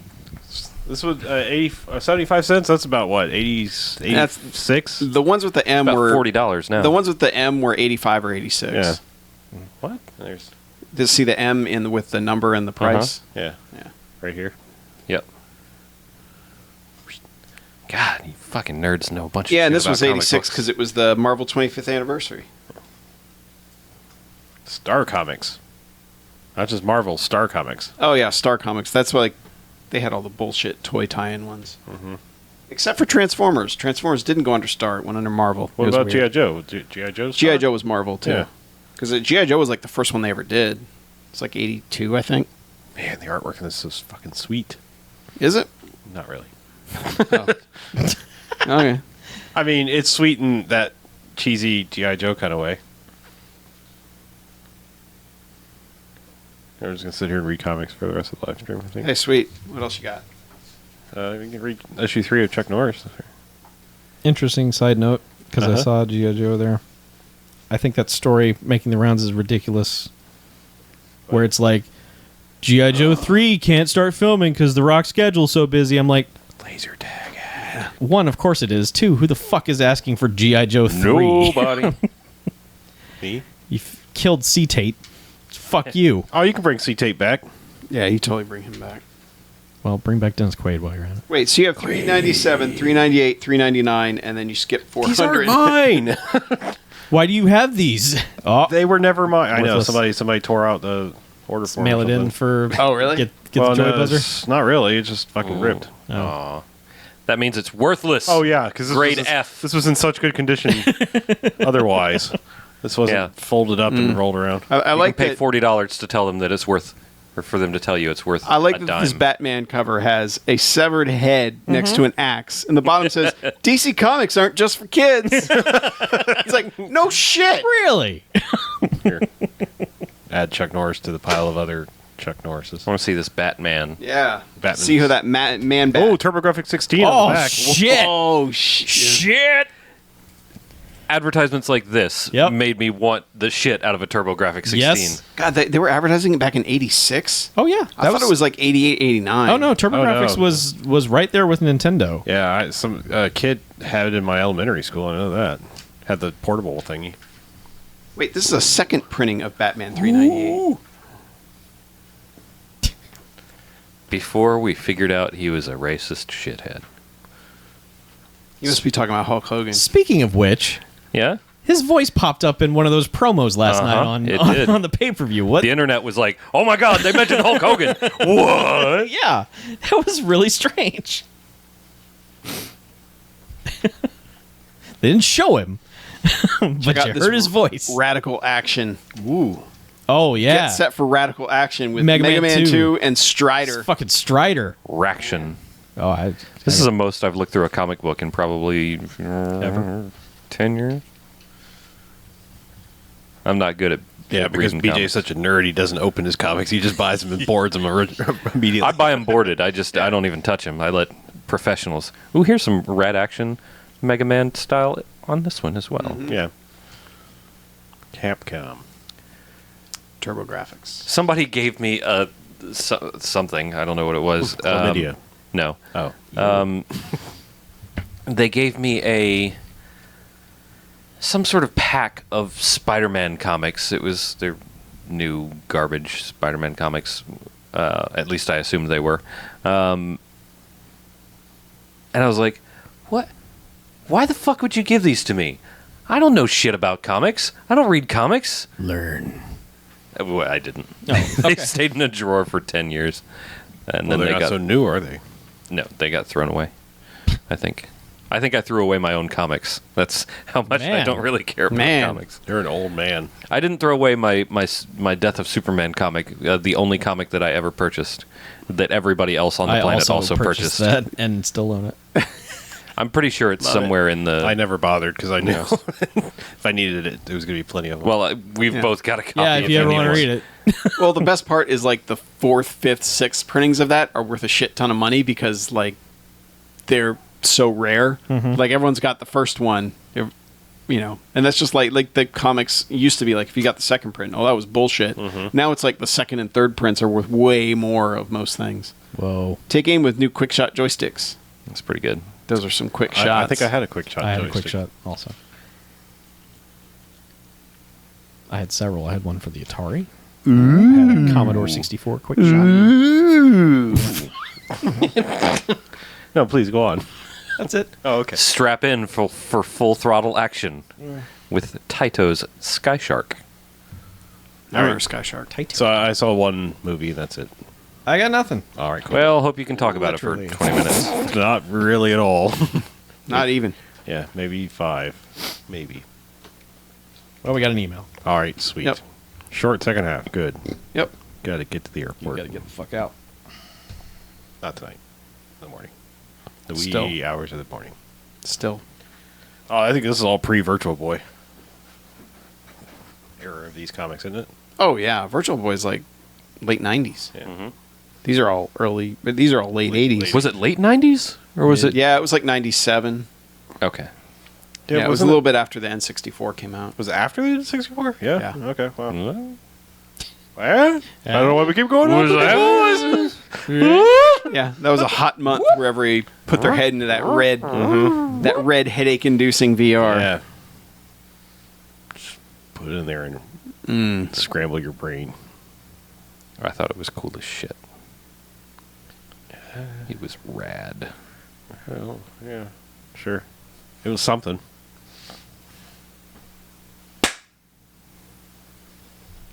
All right, welcome back. Hey! BMFcast. Second half. Yeah.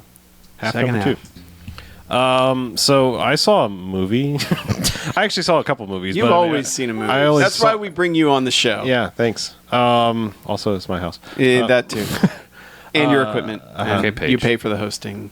Well, not No, anymore. No, I don't. It's in your name, damn it.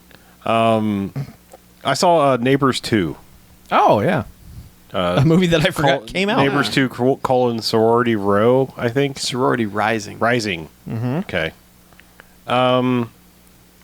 So I mean, Neighbors was fine. I was like, I had a few laughs out of Neighbors. I was like, I'll watch the sequel. Let's see if it's any good.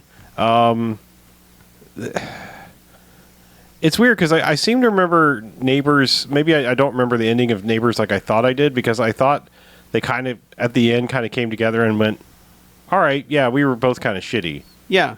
Yeah, he met him at the, like, working outside the store with his shirt off. Right. Well, And then, yeah. this one kind of begins and like I don't know if like time has passed and he's realized, you know, because basically Zac Efron has like a criminal record now, you know, so like he can't get employed and some time has passed and you know he's just kind of like not living a great life. So he's kind of got some animosity towards him again. So it kind of starts up that, and then you know the movie's kind of strange because it sends a lot of different messages. Like I felt like the first one did too, but like the first messages are pretty funny because you know you've got the ragtag girls that decide to start their own sorority because they realize how shitty the basic sororities and frats are, how it's just like a rape machine. Like they go to this party and it's just like, oh yeah, this sucks, let's get the fuck out of here because like this is awful, this culture is awful, and we're gonna start our own and you know just have our own parties and do our own thing and not have all, you know, associate with that culture. And then of course because it is the kind of movie, it becomes the same kind of like doubling down on awfulness thing that the first one did. But there are a couple jokes in the movie that completely make the entire thing worth it. Like there's a couple of offhanded, nervous things that are said that are just riotously funny if you have a sick sense of humor, which I do. So, yeah, comedies are really hard to talk about because You don't want to spoil Yeah, you don't want to jokes. spoil jokes, and you know I don't. If plot such as it is, I don't necessarily want to say it. I will say like this movie's not going to. If you were lukewarm or mildly indifferent on the first one, this one's not going to change your mind. You kind of had to be on board at least somewhat with the first one to get any entertainment out of this. It's not like, well, the sequels are like, well, the first one was meh, but this one's yeah, you know. I mean, it's just, you know, like I would almost say that like from last week, if you didn't like the first Teenage Mutant Ninja Turtles, there's a chance you might actually like the second one just because it's like, fuck yeah, let's do the 90s cartoon. Like whatever, we don't care. You know, just fucking let's do the pizza van with the manhole cover shooting on the front. Why not? Yeah. This one is kind of a more of the same sequel. It's not changing the game that dramatically. Yeah, I don't know. That's about all I have to say about it. Okay. Yeah. Just more of the same, huh? Yeah, I mean, with a couple of exceptions, like there's some funny people that show up here and there. Yeah. Yeah. Yeah. I mean, I almost don't want to I like spoil your it. new rating scale. I mean, I don't want to spoil a couple of people that pop up in it just because it's like, oh, hey, you know, Sure. you're in this. Yeah. Yeah. Not like cameo bullshit, just like, oh, hey, funny person doing funny thing. Uh-huh. All right then. So that's a mild recommendation. Pretty much, yeah. Okay, cool. Like I said, there's a couple lines that really made me laugh hard. But Well, I will one day maybe watch it when it shows up on Netflix. okay, you're probably better off for that. I'd watch it when it hits cable. I Yeah. found enjoyment in the first film. Yeah. Yeah. Yeah. Oh, one other thing. Like I said, I was kind of rewatching some other movies. Uh-huh. You ever? This might not necessarily a full on topic, but you ever like kind of watch what you think is a very standard cookie cutter movie, and then you notice something in the movie, and you're like, wow, that's like a much smarter shot than belongs in this movie. Yes. Because I was rewatching Nick and Nora's Infinite Playlist, which is a fine little movie, but there is one shot in that movie that I just never really saw as kind of brilliant as it is. Look, the movie's like 8 years old now. It's not completely spoilery. The movie's about him, Michael Cera, like getting over a girlfriend and meeting this other girl, and there's this point where the ex-girlfriend comes back in the picture and is like doing this whole thing and like kisses his window. So he's like driving down the road and he's got this lipstick like right where his face is, and it's just kind of like it kind of fits with the character and everything, but he like just hits the windshield wipers and the water comes up and it just kind of like dissolves it like right in front of his face, and it's just like it's this wonderful shot of just like, yeah, forget that shit, you know. I like I said, it was just one of those things that like struck me. I was like, wow, that's like a really well composed shot, and it's also like it's got a rack focus going on too. It's just it's like I said, I was just watching this movie. I was like, wow, that's a really good shot. What is Iraq focus? Where you No, sorry, I was making a bad joke. Never mind. Skip it. Okay. I was going to explain it. I know. Take it frame by frame it. Have you jumping on, shouting, saying it. Okay. That's all. That was just a weird little side tangent of another movie I watched. Whenever that stuff comes up, I'm always like, man, I always wonder if like, okay, before they even made the movie, they had that shot in mind. Kind of, yeah. Or like, how did this get past the focus testing process? We're like, oh, that's stupid. Get rid of that. Yeah. Because whenever I think of anything original or fun in a movie, then I'm like, man, I'm surprised they did that. I'm like, man, surprised the focus testing group didn't force them to get rid of that. Yeah. Because movies suck now. Yeah. Speaking of movies, All right. you want an email about a movie that we just watched? I do. Sure. Yeah. This one's from David, who, thanks to being a Patreon contributor, knows what movie we're going to watch each week. Why are you looking at me? I'm not a Patreon contributor. I'm a recipient. Yeah. So am I. And also the president. No. Whoa. Mr. President. Wow, you just promoted yourself, I see. Oh, man. We're all presidents of the United States of America. All right. If you say so. Anyway, David I think says, so. David says, hello, BMFcast. Hello. I recently watched Prayer of the Rollerboys. Huh. Oh, what a strange So did coincidence, we. David. Wow. Wow. Says, to me, it's a Three Jocks movie simply because everyone except Speedbagger is a flaming asshole. Also, the fact that the beginning makes it seem like the Rollerboys are underdog rebels, Gary Lee talking on the TV screens. But later we discover they are titans of industry with reach and a fucked up ultimate goal for a bunch of teens. How did they get this power? Where's my Rollerboys 2, Rise of Gary Lee? But it does create a cool dystopian future and can get pretty dark and has Nine Inch Nails in the soundtrack. But I do have a question. Are there any BMFcast movies that you think it would be cool to see a prequel to? Like Ninja Busters or Deadly Prey? If you have already answered this question, my bad. We have not. Crash and Burn, David, sent from my Mist mobile. Mist, get it? I do. Yeah. It's the drug that was in the Rollerboys. One missed call. Oh, shit. A prequel. Yeah. Yeah, I mean, Mike Danton in Vietnam would be fun. Yeah. Where he's learned all his... For what, Jocks? Yeah. The world building part of that, like how they got to that. Yeah. Yeah. I want to see like the Mark 1. Yeah, I don't want to see like the 15 years of fighting robots. Well, okay, I do, but but I want to see like them building and testing them and like the first pair of robots to go to battle. Yeah. That And also can actually go to battle. And also the discussion that led to, how do we stop all wars? Well, we Robots. just fight with giant Yeah. robots. Sneaky Japanese robots. Yeah. I would watch just that debate, like in Parliament or whatever. Yeah. Just like Exactly. Well, someone, what was that?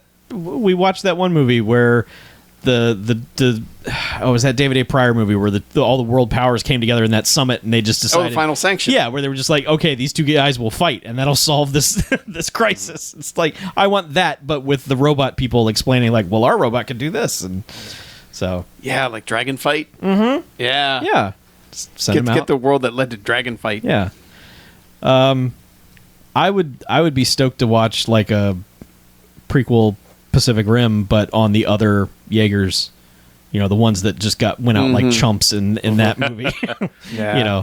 Because they introduce all those cool characters and you spend no time with them. I would totally just watch like a spinoff of each of them, like how they got to the final battle. I suppose we'll call it a BMFcast movie. It's a BMFcast movie. They have such great names too. Like, can you just imagine Crimson Typhoon Origins? Yes. And Cherno Alpha. yeah, Cherno Alpha Origins, Yeah, all that. Striker Eureka. Striker Eureka Origins. Just doing this off my head. That's sad. Thank you. Yeah. Why am I now blanking on the name of the movie? But the Shit Your Place guy. Is that Magic Cop? I almost said Magic Cop, and I was like, I need to fact check that. But like, I would like to see him training with somebody who's obviously more salty than him, because it seems like, it's just like whenever you have somebody that's like that, it means like the person that trained them was probably even worse. So I would like to see young Magic Cop training with like an even saltier, sensei or whatever. I think you're in luck because Magic Cop was like 4. Oh. Yeah. Okay. There's a lot of that was Magic a- Copping going on. There was a series. So, okay then. Yeah, that was just the one that got dubbed Magic Cop. And so you shall. Yeah.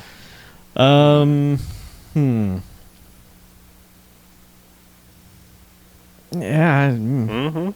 Yeah, there's so many I'd want to revisit those worlds, but I don't necessarily if there's anywhere I'm like, yeah, we need to see what happened beforehand. Oh, I'd like to see the prequel to Weekend at Bernie's too. You did. I bet you can. Oh. We watched it. Oh, is it now available for free? Yes, it is. Nice. Yeah, they made one of those, and we watched it. Sure did. I believe I called that movie culturally important somehow. Yeah. I came up with a reason why Weekend at Bernie's was culturally important. I don't remember. That was like a month ago. Yeah, you did. You made an argument for why. Because it it's established the world of leading a zombie guy around. No, it wasn't. Pretending establish any of that It world. wasn't that, but it was Pretending your boss is still alive. something about the world of cinema was never the same after. Yeah. I waxed philosophical about it. I would like a Was shock. it and may God may have know what I mean. and may God have mercy on your souls, sort of. Oh. Yeah, Or I I thought that was become the, death I thought that destroyer was the war. new commandment in God man. Yeah. Yeah. Yeah, I'd like a Shockma prequel where they're just LARPing through that building and there's no Shockma. They have a successful LARPing game. I wanted to see how that game worked. Sure. Oh, I've got a good one.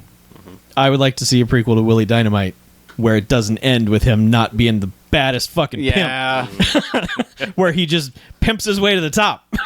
Like it's like him trying to gain access to the council of pimps. Like he's got to be like the super cool, Yes. so he can get that coke watch and all that stuff. Just the rise of Willie Dynamite. That would be Yeah. that would be great. Gordon's got some time. Yeah, that's right. He has been let go from the Sesame Street. I mean, it wouldn't work. Well, we could Jeff Bridges Tron him back to Willie Dynamite. Yeah, that would look great. Samurai Cop. Well, I mean, we got another Samurai Cop movie 100 years later. Yeah. Yeah.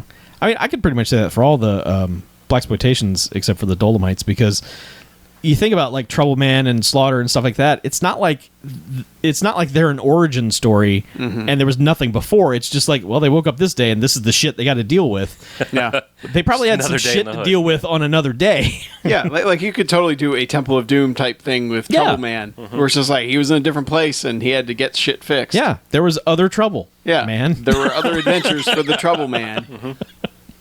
Yeah.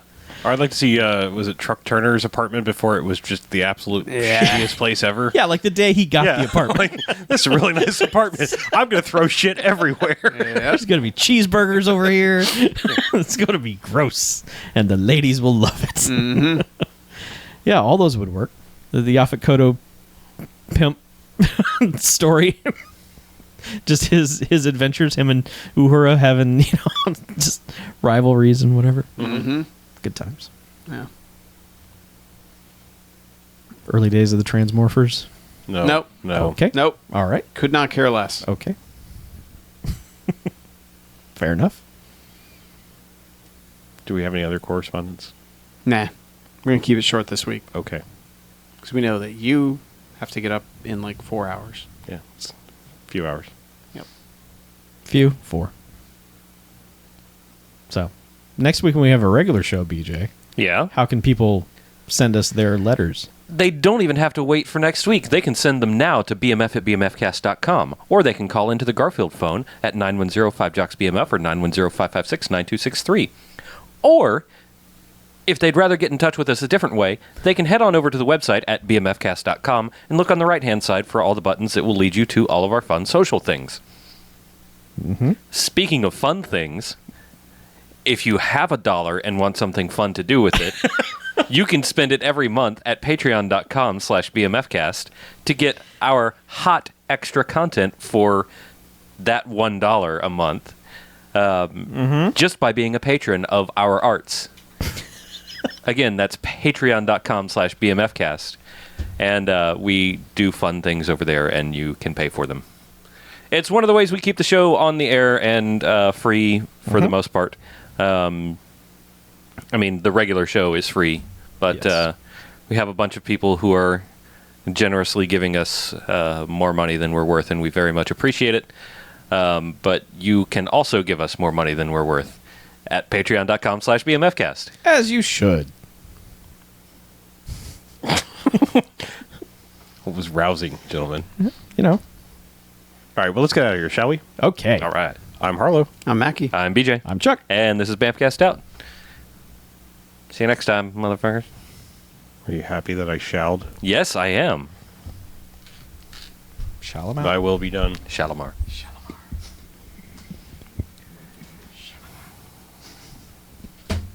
Shalimar.